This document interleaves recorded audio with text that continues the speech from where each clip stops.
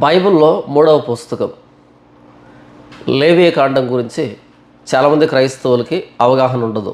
లేవియ కాండాన్ని చదవాలి అంటే కొంచెం ఏదో తెలియనటువంటి విసుగు లేదా ఆసక్తి లేకపోవడం. ఎందుకు ఇలా జరుగుతుందంటే లేవియ కాండం అన్నది ప్రస్తుత ప్రపంచానికి దగ్గరగా ఉండదు, చాలా దూరంగా ఉంటుంది.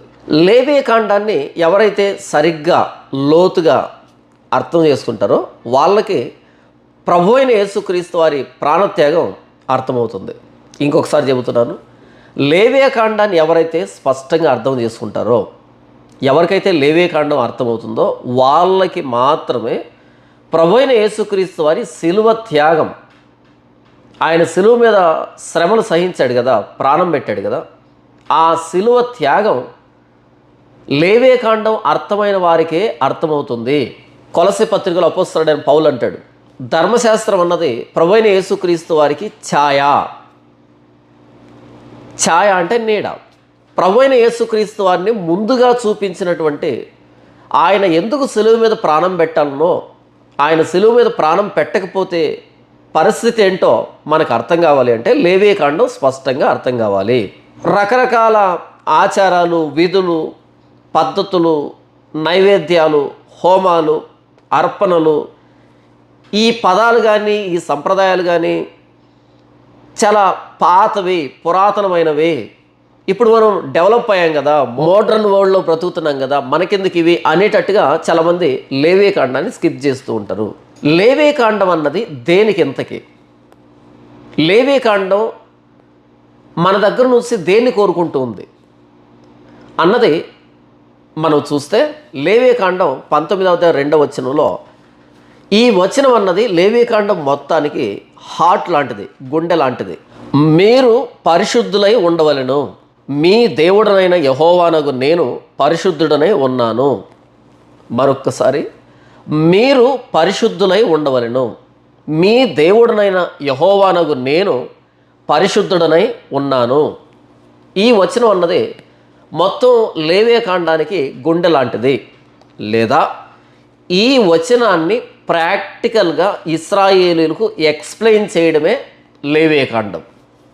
ఇంకొకసారి, మీ దేవుణ్ణైన యెహోవానగు నేను పరిశుద్ధుణ్ణి, కాబట్టి నా ప్రజలైన మీరు కూడా పరిశుద్ధులుగానే ఉండాలి. ఇంతకీ పరిశుద్ధత అంటే ఏంటి? పరిశుద్ధంగా ఉండడం అంటే ఎలా ఉండాలి అనేదాన్ని ప్రాక్టికల్గా ఎక్స్ప్లెయిన్ చేయడమే లేవియ కాండం. మనం లేవియ కాండం చూసినప్పుడు మొదటి 6 అధ్యాయాల్లో 3 రకాల బలులు, 2 రకాల అర్పణలు కనిపిస్తాయి. తర్వాత యాజక వ్యవస్థ, ప్రత్యక్ష గుడారంలో సేవ చేసేటువంటి యాజకుడు ఎలా ఉండాలి, ఎలా యాజకత్వం చేయాలి, యాజకత్వంలో పొరపాట్లు జరిగితే ఎలాంటి మూల్యాన్ని చెల్లించాల్సి వస్తుంది అనేటువంటి భాగం ఉంటుంది. అటు తర్వాత పవిత్రత, అపవిత్రత అనేటువంటి వాటి మధ్య వ్యత్యాసం. పవిత్రత అంటే ఏ స్థితి, అపవిత్రత అంటే ఏ స్థితి, ఎలాంటి తిండి తినాలి, ఎలాంటి తిండి తినకూడదు,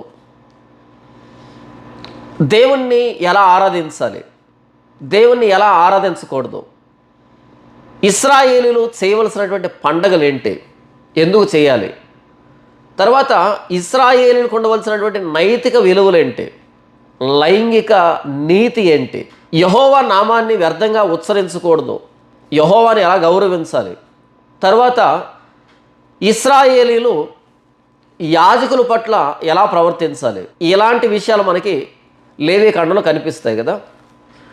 మొత్తంగా వీటన్నింటినీ కలిపితే మనకు వచ్చేటువంటి పదం ఏంటంటే పరిశుద్ధత. మొత్తం ఇవన్నీ ఇశ్రాయేలు చేయడం ద్వారా తాము పరిశుద్ధులమని నిరూపించుకుంటున్నారు. ఇశ్రాయేలుని ఐగుప్తు దేశం నుంచి విడిపించి తీసుకుని వచ్చినటువంటి యెహోవా ఎవరు అంటే పరిశుద్ధుడు, పరిశుద్ధుడు, పరిశుద్ధుడు. దేవుడైన యెహోవా పరిశుద్ధుడు, ఆయనలో ఎలాంటి దుర్నీతి లేదు, ఆయన పరిశుద్ధుడు, ఆయన వెలుగు, ఆయన పరిశుద్ధుడు, అంతే. కనుక పరిశుద్ధుడైన దేవుని ప్రజలు కూడా పరిశుద్ధులుగానే ఉండాలి. ఎలా ఉండాలి అన్నదానికి ప్రాక్టికల్గా దేవుడు కొన్ని ఆచారాలు, కొన్ని విధులు, కొన్ని పద్ధతులు, కొన్ని నైతిక సూత్రాలు, కొన్ని లైంగిక సూత్రాలు, కొన్ని రకాల నియమాలు వారికి విధించడం ద్వారా వాటిని చేస్తూ ఉన్నప్పుడు మీరు కూడా పరిశుద్ధులవుతారు, మీరు పరిశుద్ధులని నిరూపించుకుంటారు వీటిని పాటించడం ద్వారా అనేదానికి లేవేకాండాన్ని ఇచ్చాడు దేవుడైన యెహోవా సీనాయి పర్వతం దగ్గర మోషే ద్వారా యావత్తు ఇశ్రాయేలు సమాజానికి. ఇప్పుడు ప్రశ్న ఏంటంటే, ఇంతకీ పరిశుద్ధత అంటే ఏంటి? ఇంతకీ పరిశుద్ధత అంటే ఏంటి? క్రైస్తవులు కానీ బయట వాళ్ళు కానీ పదే పదే పరిశుద్ధత అనేటువంటి పదాన్ని వింటూ ఉండవచ్చు, పరిశుద్ధత అనే పదాన్ని మాట్లాడుతూ ఉండవచ్చు, పరిశుద్ధంగా ఉండేదానికి ప్రయత్నం చేస్తూ ఉండొచ్చు. కానీ పరిశుద్ధత అంటే ఏంటి అనేది చాలామందికి తెలియదు. చాలామంది ఏమనుకుంటారు అంటే పరిశుద్ధత అంటే శుభ్రంగా ఉండడమేమో అనుకుంటారు. చాలామంది రోజుకి 3 పూట్ల స్నానం చేసి మేము పరిశుద్ధులమే అనుకుంటారు. లేదా కొంతమంది మాంసం మానేసి మేము పరిశుద్ధులు అనుకుంటారు. కొన్ని రకాల బట్టలు ధరించుకోనో, లేకపోతే కొన్ని రకాల మాలలు ధరించుకోనో, కొన్ని రకాల నియమనిష్టలు పాటించడం ద్వారా మేము పరిశుద్ధులమే అనేటట్టుగా అనుకుంటారు. వాస్తవానికి పరిశుద్ధత అంటే ఏంటి అనేది చాలామందికి తెలియదు. 100 మందిలో 99 మందికి పరిశుద్ధత అనే పదం తెలిసేమో కానీ బైబిల్లో పరిశుద్ధత అంటే అర్థం ఏంటి అనేది చాలామంది క్రైస్తవులకు తెలియదు. పరిశుద్ధత అనేటువంటి ఆ పదాన్ని సరిగ్గా మనకు అర్థమయ్యేటువంటి భాషలో మనం మాట్లాడుకోవాలి అంటే 2 ఇంగ్లీష్ పదాలతో మనం దాన్ని వర్ణించవచ్చు. Number 1 separate, number 2 unique. పరిశుద్ధత అనేటువంటి ఆ హెబ్రీలో ఉన్నటువంటి ఆ పదాన్ని మనం ఇంగ్లీష్ భాషలోని తెచ్చుకొని మనకు అర్థమయ్యేటట్టుగా దాన్ని నిర్వచించాలి అంటే 2 పదాలు ఉపయోగించాలి. 1 సపరేట్, 2 యూనిక్. సపరేట్ అంటే ప్రత్యేకించబడడం, విడిపోవడం, బల్క్గా ఒక క్రౌడ్లో నుంచి బయటకు వచ్చేదాన్ని సపరేట్ అంటాం కదా. దీన్ని ఒక దైవజనుడు అద్భుతంగా వర్ణించాడు. ఎలాగంటే దేవుడు ఇశ్రాయేలీయుల్ని ఐగుప్తు దేశం నుంచి విడిపించాడు, సపరేట్ చేశాడు. సపరేట్ అంటే విడిపించడమే కదా, ప్రత్యేకంగా రావడమే కదా. దేవుడు ఐగుప్తులో ఉన్నటువంటి ఇశ్రాయేలీయుల్ని ఐగుప్తులో నుండి విడిపించాడు, సపరేట్ చేశాడు. ఎర్ర సముద్రం నుండి ఇటువైపుకు తీసుకుని రావడం ద్వారా సపరేట్ చేశాడు. ఇది మొదటి పని. అయితే ఏది? అన్యజనుల్లో నుండి తన జనుల్ని దేవుడు సపరేట్ చేశాడు. ఇది మొదటి పని. ఇక రెండవ పని ఏంటంటే ఇశ్రాయేలీల్లో ఉన్నటువంటి ఐగుప్తుని సపరేట్ చేయాలి. చాలా జాగ్రత్తగా వినండి.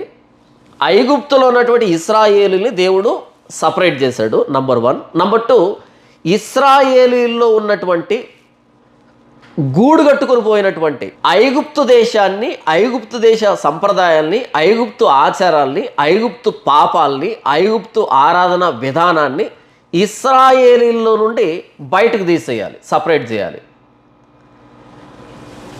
మనం నిర్గమకాండంలో ఇశ్రాయేలీని దేవుడు ఎలా ఐగుప్తు దేశం నుండి ఎర్ర సముద్రాన్ని దాటించి సీనాయి పర్వతం దగ్గర తీసుకుని వచ్చాడు అన్నది నిర్గమకాండంలో చూస్తాం. లేవీకాండంలో ఇశ్రాయేలీల హృదయాల్లో ఉన్నటువంటి ఐగుప్తు దేశాన్ని దేవుడు ఎలా బయటకు తీస్తున్నాడు అన్నదాన్ని లేవీకాండంలో చూస్తాం. ఇంకొకసారి చెబుతాను, విసుక్కోకుండా వినండి. ఎందుకంటే ఇది ప్రతి క్రైస్తవుడికి అర్థం కావాలి.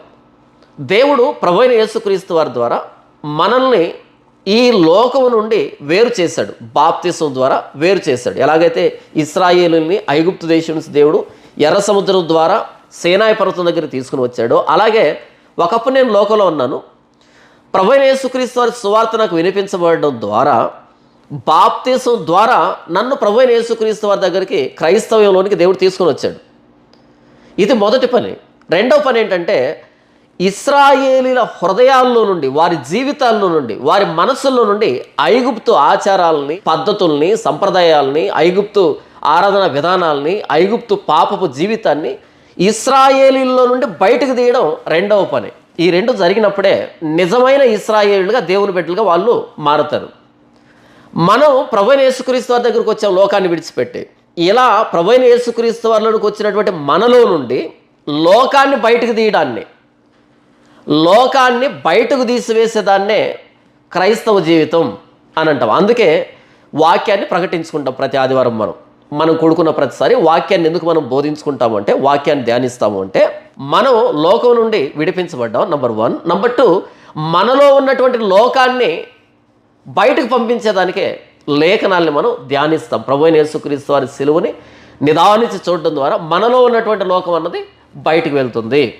లేవీకాండం ఏంటి అంటే, ఐగుప్తు నుంచి బయటకు వచ్చినటువంటి ఇశ్రాయేలీల మనసుల్లో నుండి ఐగుప్తును బయటకు తీయడం, సపరేట్ చేయడం. పరిశుద్ధత అనేదాన్ని వివరిస్తున్నా మీకు. పరిశుద్ధత అంటే number 1 separate, number 2 unique. Unique అంటే ప్రత్యేకం.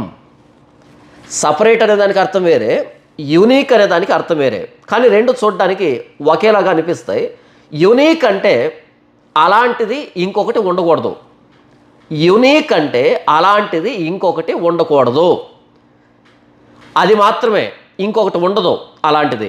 దాన్నే మనం యునీక్ అని పిలుస్తాం కదా. ఉదాహరణకి సూర్య కుటుంబంలో సూర్యుడు యునీక్, సూర్యుడు లాంటి వాడు ఇంకొకడు లేడు.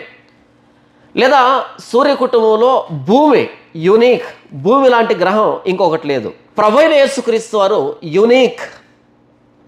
ఈ ప్రపంచానికి ఎంతోమంది బోధించారు, గొప్ప గొప్ప వాళ్ళని ప్రపంచం చూసింది, కానీ ప్రభువైన యేసుక్రీస్తు వారు లాంటి ఆ పర్సనాలిటీని ఈ ప్రపంచం చూడబోదు. కాబట్టి ప్రభువైన యేసుక్రీస్తు వారు యునీక్. అంతెందుకు, పరమగీతాల్లో షోలమితి తన ప్రియుని గురించి మాట్లాడుకుంటూ 10,000 మంది పురుషుల్లో నా ప్రియుణ్ణి గుర్తించవచ్చు అంటది. 10,000 మంది పురుషుల్లో నా ప్రియుడు ప్రత్యేకం అంటది. దానినే యునీక్ అంటాం. లేవీకాండం ఇశ్రాయేలీయుల్ని ఎలా ఉండమని కోరుకుంటుంది అంటే, మీరు సపరేట్గా ఉండాలి. ఎవరికి సపరేట్గా ఉండాలి?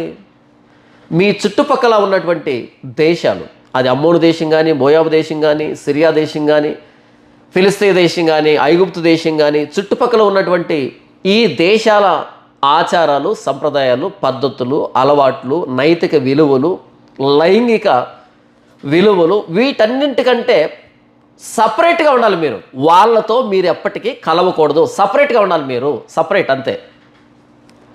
నంబర్ 2 యునీక్గా ఉండాలి, ప్రత్యేకంగా ఉండాలి. మీ ఆలోచన విధానం, మీ పద్ధతులు, మీ జీవన విధానం యునీక్. మీలాగా ఈ ప్రపంచంలో ఇంకెవరు ఉండరు. ఎందుకని? మిగిలిన ప్రపంచానికి దేవుడైన యెహోవా తెలియదు కాబట్టి ఖచ్చితంగా వాళ్ళు పాపాల్లోనే బ్రతుకుతారు. కీర్తనాకారుడు 147వ కీర్తనలో ఒక అద్భుతమైన మాటను ప్రయోగించాడు. ఆయన తన వాక్యమును యాకోబునకు తెలియజేసెను, తన కట్టడలను, తన న్యాయ విధులను ఇశ్రాయేలునకు తెలియజేసెను. ఏ జనమునకు ఆయన ఇలాగు చేసి ఉండలేదు. ఆయన న్యాయ విధులు వారికి తెలియకయే ఉన్నవే. యెహోవాను స్తుతించుడి. ఇక్కడ కీర్తనకారుడు ఏమంటున్నాడు అంటే, ఆయన తన వాక్యమును యాకోబునకు తెలియజేసెను, తన కట్టడలను, తన న్యాయ విధులను ఇశ్రాయేలునకు తెలియజేసెను. ఏ జనమునకు ఆయన ఇలాగు చేసి ఉండలేదు. ఆయన న్యాయ విధులు వారికి తెలియకే ఉన్నవి. దీన్నే కదా మోషే కూడా అంటాడు, నేడు నేను మీకు అప్పగించుతున్నటువంటి ఈ యెహోవా ధర్మశాస్త్రంలో ఉన్నటువంటి నీతి విధులు, కట్టడలు లాంటి కట్టడలు, నీతి విధులు కలిగినటువంటి గ్రంథం కలిగిన వేరే జాతి ఎక్కడైనా ఉందా ఈ ప్రపంచంలో అని అంటున్నాడు మోషే. సమాధానం ఏంటంటే లేరు. ఎందుకంటే కేవలం ఇశ్రాయేలులకు మాత్రమే దేవుడైన యెహోవా ఆ సీనాయి పర్వతం దగ్గర ధర్మశాస్త్రాన్ని ఇచ్చాడు. ఇక వేరే ఏ జనాంగానికి దేవుని నీతి న్యాయాలు తెలియదు. అంటే వారి మనస్సాక్షి మీద వ్రాయబడ్డాయి, అందరి మనస్సాక్షి మీద వ్రాయబడ్డాయి దేవుని నీతి విధులు. కానీ వ్రాత రూపకంగా కేవలం ఇశ్రాయేలుకు మాత్రమే దేవుడు ఇచ్చాడు. అనేకమైన అద్భుతాల మధ్య వారిని తీసుకుని వచ్చి మహత్కార్యాల మధ్య 40 రోజులు ఆ సీనాయి పర్వతం మండిపోతూ ఉంటే, సీనాయి పర్వతం కాస్త హోరేవు పర్వతంగా మండిపోతూ ఉంటే, వేడిగా మండిపోతూ ఉంటే, ఆ మంటల్లో నుండి దేవుడు మోషేకి ఆ ధర్మశాస్త్ర పలకలు ఇవ్వడం, ఆ 10 ఆజ్ఞలను విస్తరించి 613 ఆజ్ఞలుగా ఒక గ్రంథంలో మోషే వ్రాసి దాన్ని మందసంలో పెట్టడం, ఇలా దేవుని నీతి విధులు, కట్టడలు కలిగినటువంటి ఏకైక జాతి ఇశ్రాయేలు జాతి. కాబట్టి మిగిలినటువంటి జాతులు, మిగిలినటువంటి ప్రపంచంలో ఉన్న వ్యక్తులు ఇశ్రాయేలుకు దేవుడిచ్చినటువంటి ఆ కట్టడలు, ఆ నీతి విధులు, వాటి ప్రకారంగా బ్రతికేటట్టుగా మిగిలిన వారికి తెలియదు. కేవలం ఇశ్రాయేలుకు మాత్రమే అది సాధ్యమవుతుంది. ఇశ్రాయేలుతో దేవుడు అంటున్నాడు, నేను పరిశుద్ధుని కాబట్టి మీరు కూడా పరిశుద్ధంగానే ఉండాలి. పరిశుద్ధత అంటే సపరేట్ అండ్ యూనిక్. ఇశ్రాయేలుని మిగిలిన ప్రపంచంతో సపరేట్ చేసేటువంటి పుస్తకం ఏంటంటే లేవియకాండం. ఇశ్రాయేలుని మిగిలినటువంటి జనాంగాల కంటే యునీక్గా, ప్రత్యేకంగా చూపించేటువంటి, తయారు చేసేటువంటి పుస్తకం ఏంటంటే లేవియకాండం. ఈరోజు ప్రభువైన యేసుక్రీస్తు వారిని నమ్ముకున్నాం, కానీ ప్రభువైన యేసుక్రీస్తు వారు మనల్ని ఎందుకు తన దగ్గరికి ఆకర్షించాడు అనే స్పృహ క్రైస్తవులు లేదు. నేను పరిశుద్ధుని కాబట్టి మీరు కూడా పరిశుద్ధంగా ఉండాలి అన్నది లేవియకాండం గుండె, అది కేంద్రం లేవియకాండానికి. అలాగే ప్రభువైన యేసుక్రీస్తు వారు సెలువు మీద ఎందుకు ఆయన ప్రాణం పెట్టవలసి వచ్చిందంటే మన పాపాల నుంచి మనల్ని విడిపించడానికి. ఎందుకు ప్రభువైన యేసుక్రీస్తు వారు మనకి పరిశుద్ధాత్మ దేవుణ్ణి అనుగ్రహించాడు అంటే టు మేక్ అస్ యునీక్,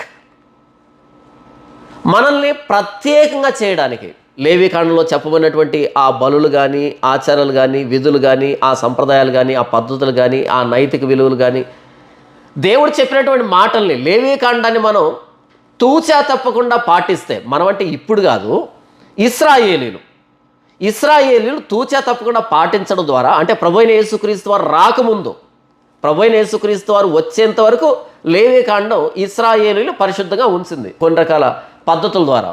ఎప్పుడైతే ప్రభువైన యేసుక్రీస్తు వారు వచ్చి లేవికాండానికి నిజరూపమైనటువంటి ప్రభువైన యేసుక్రీస్తు వారు వచ్చి శిలువలో ప్రాణం పెట్టి సమాధి చేయబడి తిరిగి లేచాడు, పునరుద్ధారుడై ఆయన పరలోకమందు దేవుని కుడిపార్శ్వాన ఆసీనుడయ్యాడో, ఇప్పుడు లేవికాండం అన్నది చరిత్రగా మిగిలిపోయింది. గతంలో ఇశ్రాయేలీయులు ఎలా పరిశుద్ధంగా ఉన్నారు, ఎలాంటి పద్ధతుల ద్వారా పరిశుద్ధంగా ఉన్నారు వాళ్ళు అనేది ఒక చరిత్రగా మిగిలిపోయింది లేవికాండం రూపంలో. ప్రభువైన యేసుక్రీస్తు వారు నన్ను, నిన్ను ఎందుకు తన దగ్గరికి ఆహ్వానించాడు అంటే to separate us from this sinful world or our sinful nature, sinful life. మన పాప జీవితం నుంచి లేదా ఈ పాప ప్రపంచం నుంచి ప్రభువైన యేసుక్రీస్తు వారు మనల్ని సపరేట్ చేశాడు. పరిశుద్ధత అంటే సపరేట్ అండ్ యూనిక్ కదా. చర్చ్ అంటే అర్థం ఏంటి అంటే ఎక్లీషియా అనేటువంటి గ్రీకు పదం నుంచి చర్చ్ అనేటువంటి ఇంగ్లీష్ పదం వచ్చింది. ఎక్లీషియా అంటే కాల్డ్ అవుట్ అంటే బయటకు పిలువబడిన వారు, ఈ పాప ప్రపంచం నుంచి బయటకు పిలువబడిన వారు. దీన్నే కదా సపరేషన్ అంటాం. ప్రభువైన యేసుక్రీస్తు వారి ప్రాణత్యాగం మనల్ని సపరేట్ చేసింది ఈ ప్రపంచం నుంచి, నంబర్ 1. నంబర్ 2, ప్రభువైన యేసుక్రీస్తు వారు మనకి బాప్తిస్మంలో ఎప్పుడైతే మనం మారు మనసు పశ్చాత్తాపం ద్వారా పాప క్షమాపణ కోసమని ఎప్పుడైతే ప్రభువైన యేసుక్రీస్తు వారిలో మనం బాప్తిస్మం తీసుకున్నామో అప్పుడు మన మీదకి పరిశుద్ధాత్మ అనే వరం అనుగ్రహించబడింది. ఎందుకు పరిశుద్ధాత్మ దేవుణ్ణి ప్రభువైన యేసుక్రీస్తు వారు మన మీదకి అనుగ్రహించాడు, మనల్ని పరిశుద్ధాత్మ దేవునితో ముద్రించాడు అంటే మనల్ని యునీక్గా చేయడానికి, ప్రత్యేకంగా చేయడానికి. మిగిలినటువంటి ప్రపంచం మాట్లాడే విషయాలు, క్రైస్తవులుగా మనం మాట్లాడే విషయాలు ప్రత్యేకంగా ఉండాలి. మిగిలిన ప్రపంచం ప్రవర్తించే విధానానికి, మనం ప్రవర్తించే విధానానికి ప్రత్యేకత ఉండాలి, ఆ యునీక్నెస్ ఉండాలి. కానీ ఈరోజు క్రైస్తవ ప్రపంచానికి ఈ తేడా అర్థం కాకుండా పోయింది. దేవుడు ఇశ్రాయేలుని ఐగుప్తు దేశం నుంచి సపరేట్ చేశాడు. నంబర్ 2, ఇశ్రాయేలుల మనసుల్లో నుంచి ఐగుప్తు దేశాన్ని సపరేట్ చేశాడు.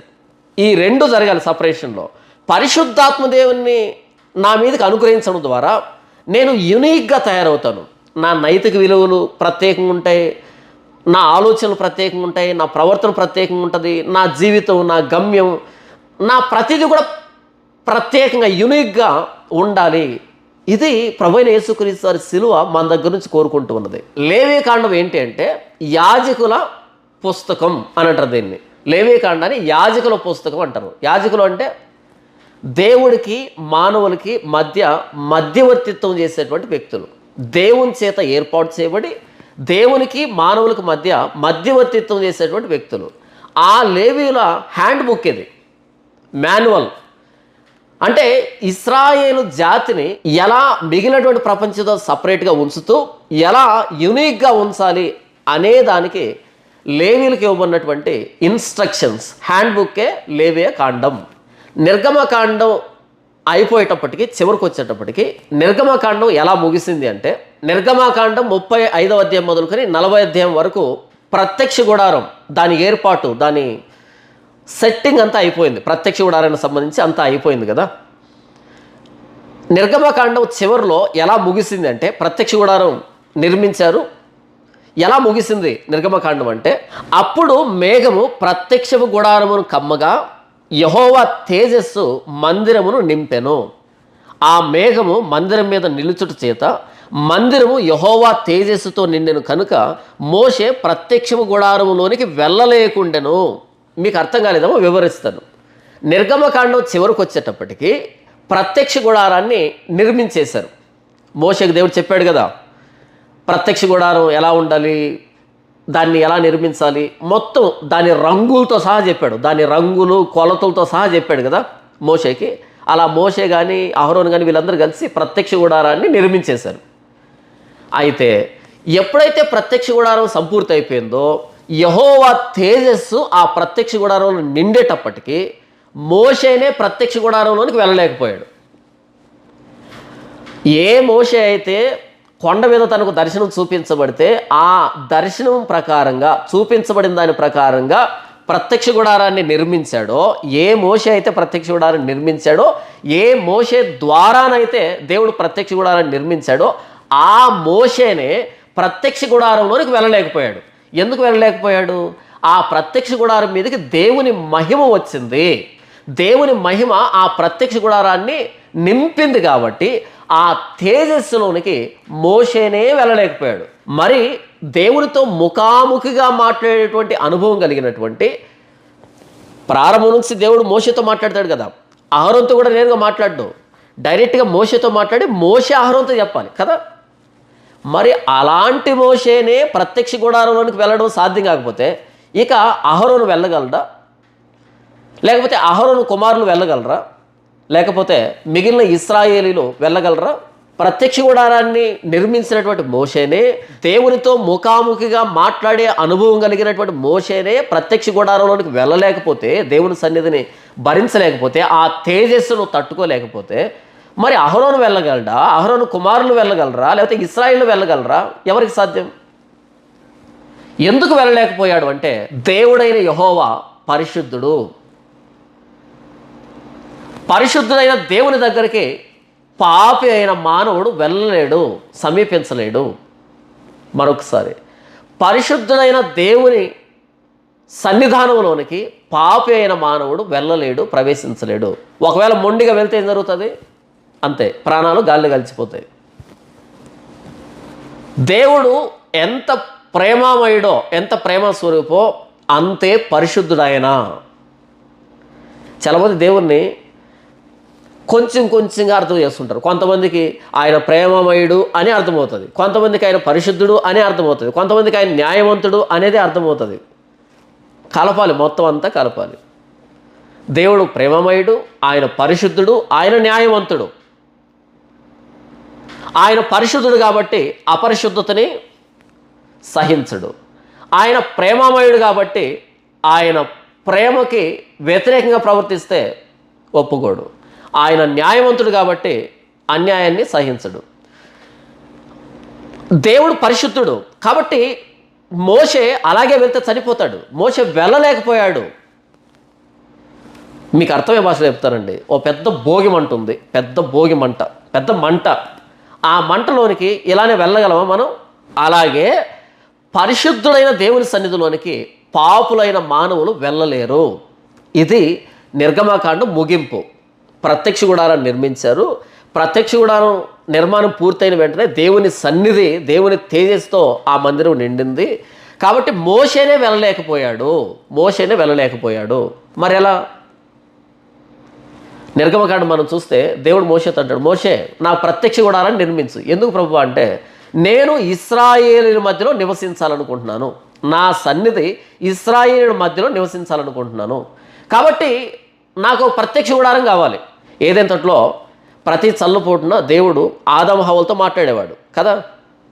దేవుడికి మానవులతో ఉండడం ఇష్టం. తన పోలికలో తన స్వరూపంలో చేస్తున్నాడు కాబట్టి మానవులతో ఉండడం, ముచ్చటించడం ఇష్టం, మానవుల మధ్య నివాసం చేయడం ఇష్టం ఆయనకి. ఎప్పుడైతే పాపం జరిగిందో దేవునికి మానవుడికి మధ్య ఎడబాటు వచ్చింది. మరలా దేవుడు నిర్గమకాండంలో సీనాయి పర్వతం దగ్గర ఇశ్రాయేలుతో నిబంధన చేసుకొని మోషేతో చెప్తాడు, మోషే, నేను ఇశ్రాయేలు మధ్య వచ్చి నివాసం చేయాలనుకుంటున్నాను, నాకు ప్రత్యక్ష గుడారం కావాలి. ఎలా వేయాలి ప్రభు అంటే, ఇదిగో కొండ మీద నీకు చూపించిన ప్రకారంగా ప్రత్యక్ష గుడారం నిర్మించేశాడు. అప్పుడు దేవుని సన్నిధి తేజస్సు ఆ మందిరంలోకి వచ్చింది. పరిశుద్ధుడైన దేవుడు మందిరాన్ని ఆవరించాడు. మరి పాపాత్ములైన మానవులు దేవుని దగ్గరికి రావాలంటే రాలేరు కదా. కనుక పరిశుద్ధుడైన దేవుని సన్నిధానంలోనికి పాపైన మానవుడు వెళ్ళి కూడా బ్రతకాలి అంటే ఏం చెయ్యాలి అనేదే లేవియ కాండం. ఇంకొకసారి చెబుతాను, చాలా జాగ్రత్త వినండి. పరిశుద్ధుడైన దేవుని సన్నిధిలోనికి పాపైన మానవుడు వెళ్ళి బ్రతకడం అసాధ్యం, అసంభవం. అయితే పరిశుద్ధుడైన దేవుని దగ్గరికి పాపి వెళ్ళేదానికి వీలు కల్పించేటువంటి ఆ విధానమే, ఆ వెసులుబాటే లేవియ కాండం. నిర్గమకాండం చివరిలో ప్రత్యక్ష గుడారంలోనికి మోషేనే వెళ్ళలేకపోయాడు కదా. ఇప్పుడు లేవియ కాండం తర్వాత ఏమొస్తుంది? సంఖ్యాకాండం ప్రారంభంలో చూద్దామా. వారు ఐగుప్తు దేశం నుండి బయలు వెళ్ళిన 2వ సంవత్సరము 2వ నెల 1వ తేదీని సీనాయి అరణ్యమందలి ప్రత్యక్షపు గుడారములో యెహోవా మోషేతో ఇట్లనెను. చాలా జాగ్రత్తగా చూడండి. సీనాయి అరణ్యమందు ప్రత్యక్షపు గుడారములో యెహోవా మోషేతో ఇట్లనెను. నిర్గమకాండం చివరిలో ప్రత్యక్ష గుడారంలోనికి మోషే వెళ్ళలేకపోయాడు కదా. మధ్యలో లేవియ కాండం ఉంది. లేవియ కాండం అయిపోయిన తర్వాత ప్రత్యక్ష గుడారములో యెహోవా మోషేతో ఇలా మాట్లాడుతున్నాడు. అంటే మోషే ప్రత్యక్ష గుడారంలోనికి వచ్చాడు. నిర్గమకాండం చివరిలో మోషే ప్రత్యక్ష గుడారంలోనికి వెళ్ళలేకపోయాడు.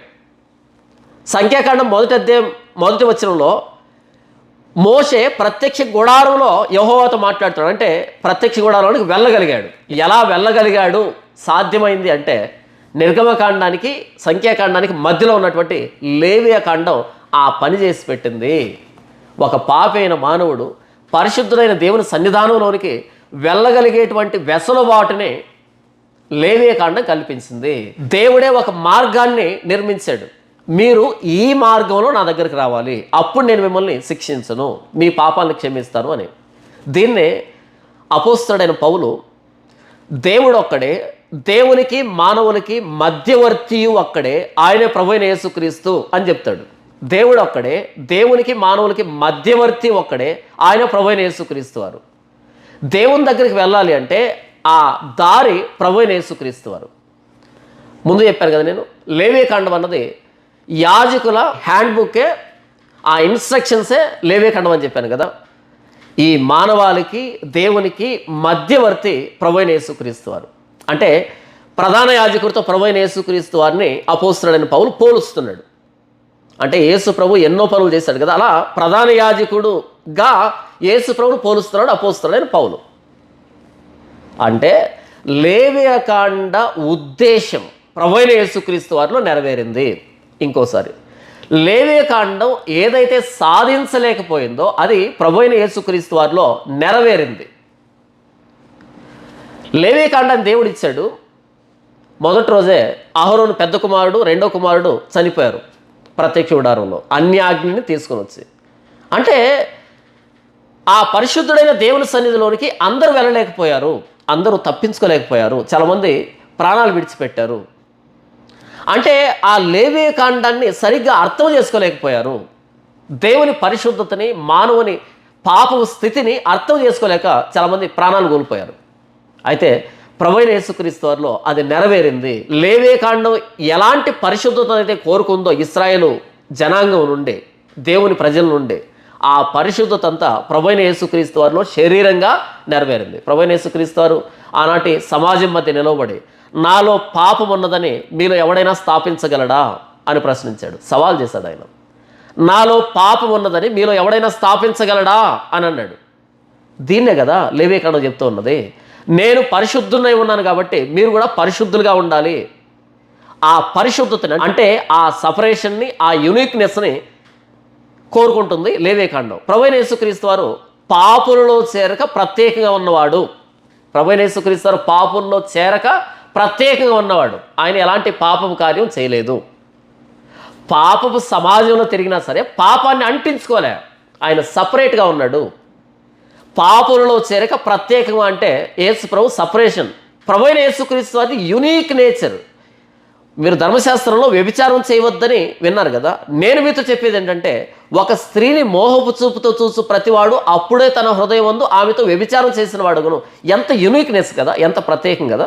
ప్రపంచం అంతా ఏం మాట్లాడుకుంటుందంటే వ్యభిచారం చేయకూడదు అనే దగ్గర నిలవబడిపోయారు. కానీ ప్రభువైన యేసుక్రీస్తు వారు ఎంత యూనిక్ అంటే, ఆయన ఒక స్త్రీని మోహపు చూపు చూస్తే అప్పుడే వాని హృదయం వందు ఆమెతో వ్యభిచారం చేసిన వాడుగును. ఎంత ప్రత్యేకం కదా ప్రభువైన యేసుక్రీస్తు వారు. లేవియకాండం కోరుకున్నది ఇదే ఇశ్రాయేలీల నుండి. ఓ ఇశ్రాయేలీయులారా, మీరు చుట్టుపక్కల దేశాల వాళ్ళకి సపరేట్గా ఉండాలి, మీరు వేరే బ్రతకాలి. ఐగుప్తుల నుండి మిమ్మల్ని ఎందుకు వేరు చేశాను అంటే, మీలో ఉన్న ఐగుప్తుని మీరు బయట పంపిస్తారని. ఎందుకు మీకు ధర్మశాస్త్రాన్ని ఇచ్చాను అంటే, మిమ్మల్ని యునీక్ పీపుల్గా చేయడానికి, ప్రత్యేకమైన ప్రజలుగా చేయడానికి, నా సొత్తైన ప్రజలుగా చేసుకోవడానికి. ఇదంతా ప్రభువైన యేసుక్రీస్తు వారు నెరవేరింది. నాలో పాపం ఉన్నదని మీలో ఎవడైనా స్థాపించగలడా అన్నాడు. ఎవరు స్థాపించలేకపోయారు ఇప్పటికీ ఎప్పటికీ. ప్రభువైన యేసుక్రీస్తు వారిలో పాపాన్ని చూపించడం అన్నది అసంభవం, సాధ్యం కాదు. అలాంటి ప్రభువైన యేసుక్రీస్తు వారు సిలువలో ప్రాణం పెట్టడం ద్వారా ఏ మంచితనం లేనటువంటి నన్ను ఉచితముగా నీతిమంతుడిగా, ఉచితముగా పరిశుద్ధుడిగా చేశాడు. లేవియకాండం ఏం కోరుకుంటుందంటే, నేను పరిశుద్ధుని కాబట్టి మీరు పరిశుద్ధులుగా ఉండాలి అని లేవియకాండాన్ని ఇచ్చాడు దేవుడు. ప్రభువైన యేసుక్రీస్తు వారు నాలో పాపం ఉన్నదని మీలో ఎవరైనా స్థాపించగలరా అన్నాడు. అంటే ప్రభువైన యేసుక్రీస్తు వారు పరిశుద్ధుడు. లేవియకాండ నెరవేర్పు ప్రభువైన యేసుక్రీస్తు వారు కదా. ఆయనలో పాపం లేదు. ఆయన పాపంలో చేరక ప్రత్యేకంగా ఉన్నవాడు. ఆయన అందరికంటే ప్రత్యేకమైన వాడు, యునీక్ ప్రభువైన యేసుక్రీస్తు వారు. ఆ ప్రభువైన యేసుక్రీస్తు వారు, ఆ దేవుని గొర్రెపిల్ల, తన్ను తాను సిలువుకు అప్పగించుకోవడం ద్వారా నన్ను భ్రష్టత్వం నుంచి, దుష్టత్వం నుంచి, ఈ లోకపు మాలిన్యం నుండి విడిపించాడు, సపరేట్ చేశాడు. అలాగే పరిశుద్ధాత్మ దేవుని నాకు అనుగ్రహించడం ద్వారా నన్ను యునీక్, ప్రత్యేకంగా మార్చాడు ప్రభువైన యేసుక్రీస్తు వారు. అంటే ప్రభువైన యేసుక్రీస్తు వారి పరిశుద్ధతని ఉచితముగా నాకు అనుగ్రహించాడు. నేను ఎవరిని ఇప్పుడు? పరిశుద్ధుణ్ణి. నేను పరిశుద్ధుని. ఎలా పరిశుద్ధుణ్ణి? ప్రభువైన యేసుక్రీస్తు వారు నా కోసం ప్రాణం పెట్టాడు కాబట్టి ఆయన పరిశుద్ధత నాకు ఆపాదించబడింది. అంటే లేవియకాండం ప్రభువైన యేసుక్రీస్తు వారిని అంగీకరించడం ద్వారా నాలో నెరవేరింది. లేవియకాండం ఏం కోరుకుంటుందంటే పరిశుద్ధతని. పరిశుద్ధత అంటే సపరేట్ అండ్ యూనిక్. యాకోబు గారు ఒక మాట అంటారు, ఎవడైనను ఈ లోకముతో స్నేహం చేసిన ఎడల వాడు దేవునికి శత్రువు.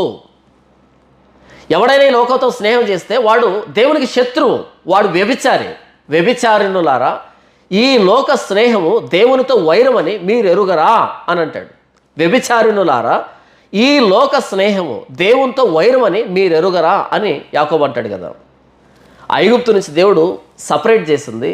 వీరిలో ఉన్నటువంటి ఐగుప్తుని సపరేట్ చేయడానికి లేవియకాండాన్ని ఇచ్చాడు. నన్ను ప్రభువైన యేసుక్రీస్తు వారి సువార్త ఈ లోకం నుండి బయటకు పిలిచింది, కాల్డ్ అవుట్. నన్ను సపరేట్ చేశాడు. ఎందుకు అంటే నాలో ఉన్నటువంటి పాపాన్ని నా నుంచి సపరేట్ చేయడానికి. పరిశుద్ధాత్మ దేవుని అనుగ్రహించాడు ప్రభువైన యేసుక్రీస్తు వారు. పరిశుద్ధాత్మ దేవునిలో నన్ను ముద్రించాడు. పరిశుద్ధాత్మ దేవుణ్ణి అడ్వాన్స్గా, సంచికరుగా నాకు అనుగ్రహించాడు ప్రభువైన యేసుక్రీస్తు వారు. కారణం ఏంటంటే నేను యునీక్గా బ్రతకాలని, ప్రత్యేకంగా బ్రతకాలని. నేను బ్రతుకుతున్నది ప్రపంచంలోనైనా నా విలువలు, నా ఆలోచనలు, నా గమ్యాలు, నా ఉద్దేశము, నా జీవన విధానం అంతా పరిశుద్ధాత్మ దేవుని ఆధీనంలో జరుగుతుంది. సపరేట్ యునీక్ లైఫ్ స్టైల్ ఉంటుంది నాది, ఉండాలి. లేనప్పుడు నేను క్రైస్తవుని కాదు. నీవు ఈ లోకానికి సపరేట్గా బ్రతుకుతున్నావా? నీవు స్కూల్లో ఉన్నావా, కాలేజీలో ఉన్నావా, ఉద్యోగంలో, ఆఫీసులో ఉన్నావా, లేకపోతే ఏదైనా వ్యాపారంలో ఉన్నావా? మిగిలినటువంటి ప్రపంచానికి, మిగిలినటువంటి స్టూడెంట్స్కి, మిగిలినటువంటి ఎంప్లాయీస్కి నీకు సపరేషన్ ఉందా? నా మట్టు యునీక్నెస్ ఉందా? మిగిలిన ప్రపంచానికి నీకు ఆ ప్రత్యేకత ఉందా? లేనప్పుడు నీవు క్రైస్తవుడి కాదు. ప్రభువైన యేసుక్రీస్తు వారి సిలువ త్యాగం నీ యందు నిరర్థకం చేయబడుతూ ఉంది. లేవియకాండం ఏం కోరుకుంటుందంటే, నేను పరిశుద్ధుని కాబట్టి మీరు కూడా పరిశుద్ధులుగానే ఉండాలి. మొత్తం లేవియకాండాన్ని ఒక్క వచనంలో చెప్పాలంటే ఇదే. మీ దేవుణ్ణైన యెహోవానగు నేను పరిశుద్ధుని కాబట్టి మీరు కూడా పరిశుద్ధంగానే ఉండాలి. సీనాయి పర్వతం మీద సైన్యములకు అధిపతి అయిన యెహోవా ప్రాణం పెట్టాడా? ప్రాణం పెట్టలేదు సరికదా. ఆ సీనాయి పర్వతాన్ని 40 రోజులు ఎవరైనా తగిలితే ప్రాణం తీయాలి అనేటువంటి ఆజ్ఞ పెట్టాడు, కట్టడి విధించాడు కదా. భయంకరమైన దర్శనం అది. మోషేనే గజగజ వణికిపోయాడు. ప్రజలు చచ్చిపోతావేమోనని భయపడిపోయారు కదా. కానీ ఆ గొల్గొతా కొండ మీద ప్రభువైన యేసుక్రీస్తు వారు శిలువలో ఉరేలాడుతున్నాడు. ఆయన ప్రాణం పెట్టాడు, ఆయన రక్తం కార్చాడు. ఆయన ఎందుకు? నా బ్రతుకుని మీరు బ్రతకండి, నా స్వరూపాన్ని సంతరించుకోండి. మీ పాపాన్ని బట్టి నేను శిలువలో ప్రాణం పెడుతున్నా కాబట్టి నా స్వరూపాన్ని మీరు సంతరించుకోండి. నేను బ్రతికినట్టు బ్రతకండి. నా జీవాన్ని మీకు అనుగ్రహించి మీ మరణాన్ని నేను తీసుకుంటున్నా. అది ప్రభువైన యేసుక్రీస్తు వారి శిలువ. ఐగుప్తు దేశం నుండి అనేకమైన అద్భుతాల మధ్య తీసుకుని వచ్చినటువంటి దేవుడైన యెహోవానే నేను పరిశుద్ధుని కనుక మీరు కూడా పరిశుద్ధంగా ఉండాలని లేవియకాండాన్ని ఇస్తే, మరి శిలువ మీద ప్రాణం పెట్టిన ప్రభువైన యేసుక్రీస్తు వారు మనల్ని ఎలా ఉండమని కోరుకుంటున్నాడు? పరిశుద్ధత లేకుండా ఎవడు ప్రభువుని చూడడు. హృదయ శుద్ధి గలవారు ధన్యులు, వారు దేవుని చూచెదరు. ప్రభువైన యేసుక్రీస్తు వారు గుండెల్లో బల్లెంపోటు ఎందుకు పొడిపించుకున్నాడు అంటే, మనం అంతరంగంలో పరిశుద్ధులుగా ఉండాలని. ఎందుకు ప్రభువైన యేసుక్రీస్తు వారి దేహం అంతా కొరడాలతో చీల్చబడిందంటే, పిడిగుద్దులతో నలిగిపోయిందంటే, ఉమ్మివేతలతో అవమానాన్ని సహించిందంటే, భరించిందంటే, మనం బాహ్యంగా కూడా పరిశుద్ధంగా ఉండాలి అని. యేసు ప్రభువా నన్ను సపరేట్ చేయండి, నన్ను విడిపించండి. ఎలాగైతే ఇశ్రాయేలుని ఎర్ర సముద్రాన్ని దాటించారో అలా ఈ పాపపు జీవితం నుంచి నన్ను దాటించండి, నన్ను సపరేట్ చేయండి. అలాగే నన్ను ప్రత్యేకమైన వ్యక్తిగా మార్చండి పరిశుద్ధాత్మ దేవుని గురించి అని ఇప్పుడే పశ్చాత్తాపడి ప్రభువును వేడండి. ప్రభు ఆ రోజు ఇశ్రాయేలును విడిపించినటువంటి ఆ ప్రభు ఇప్పుడు మిమ్మల్ని కూడా మీ పాపం స్థితి నుంచి విడిపించడానికి సమర్థుడు. ఆ రోజు ఇశ్రాయేలుకి లేవియకాండాన్ని ఇచ్చినటువంటి ఆ దేవుడు ఈరోజు నీకు కూడా ప్రత్యేకమైన జీవన విధానాన్ని ఇవ్వడానికి సమర్థుడు. ప్రభువైన యేసుక్రీస్తు వారు నిన్ను క్షమించడానికి సిద్ధంగా ఉన్నాడు, నిన్ను రక్షించడానికి సిద్ధంగా ఉన్నాడు. నీ దగ్గరే సమస్య ఉంది, పశ్చాత్తాపడు, ప్రార్థన చేయి, ప్రభు నిన్ను క్షమిస్తాడు. శిలువ మీద ప్రాణం పెట్టిన ప్రభువైన యేసుక్రీస్తు వారు నీవు పాపంలో బ్రతకడం కాదు ఆయన ఉద్దేశం, పాపం నుంచి బయటకు రావడం, ప్రత్యేకంగా బ్రతకడం. ప్రభువైన యేసుక్రీస్తు వారు ప్రాణత్యాగాన్ని గౌరవిస్తే ఇప్పుడే సాగిలపడి క్షమాపణ వేడి బయటికి రా.